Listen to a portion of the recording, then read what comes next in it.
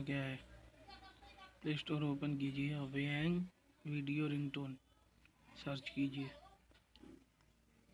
मैंने डाउनलोड किया हुआ है इसलिए ओपन कर लेते हैं। आपको जैसा चाहे, डांस, हिप हॉप, जैसा भी चाहें आप इसे रिंगटोन लगा सकते हैं। मैंने ये वाली लगाई है। गाना नहीं सुनाई देगा इसलिए सॉरी।